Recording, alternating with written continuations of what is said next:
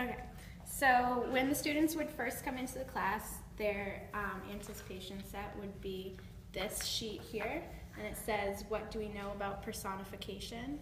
And some of them are silly and some of them are serious, and they just circle the ones that they think are true. So, for example, at the beginning, some of them are personification is when writers use details to describe a person and bring their character and personality alive.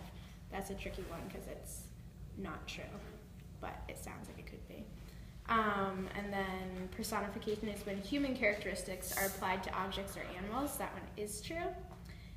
Personification is a literary device. That's true. Personification is a legal term. And then down here we have circle the sentences that you think are examples of personification in action. The old house groaned as the wind blew against it. That is an example. The raindrops raced down the window pane. That's also an example. And George organized his papers for the personification suit he was about to file against his employer. That is not personification. So this would be my pre-assessment, so I could see if any of them had been familiar with it before by what they answered on that. And they could share their answers aloud, and that's how I would know before we continued. For formative assessment, I would assess them informally based on like questions that I asked during the class while I was teaching the lesson. So the first part of the lesson is guided teacher practice. So every student would have this worksheet, and I'd help them with answers on the board. So we would talk about a definition for personification when objects or animals are given human characteristics. And then we would brainstorm different human characteristics that we could come up with for the graphics here.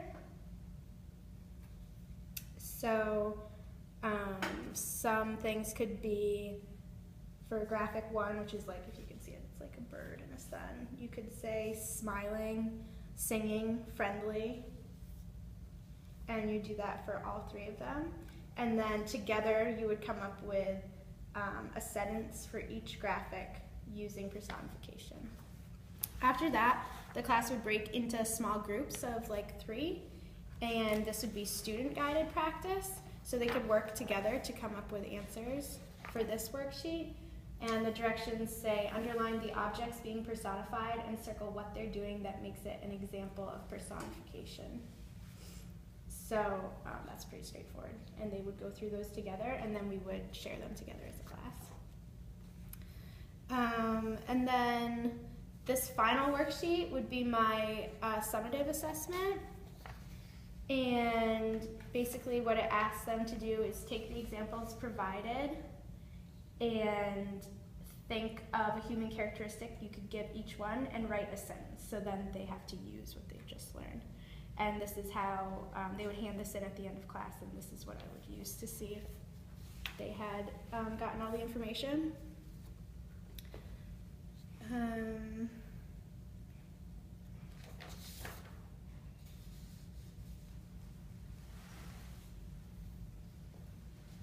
So if I had a child with a disability and I assumed that my child had a reading and writing disability, because that's the most difficult in an English classroom, I just want to make sure that they have the concepts, even if they can't communicate them because they're of their reading or writing disability.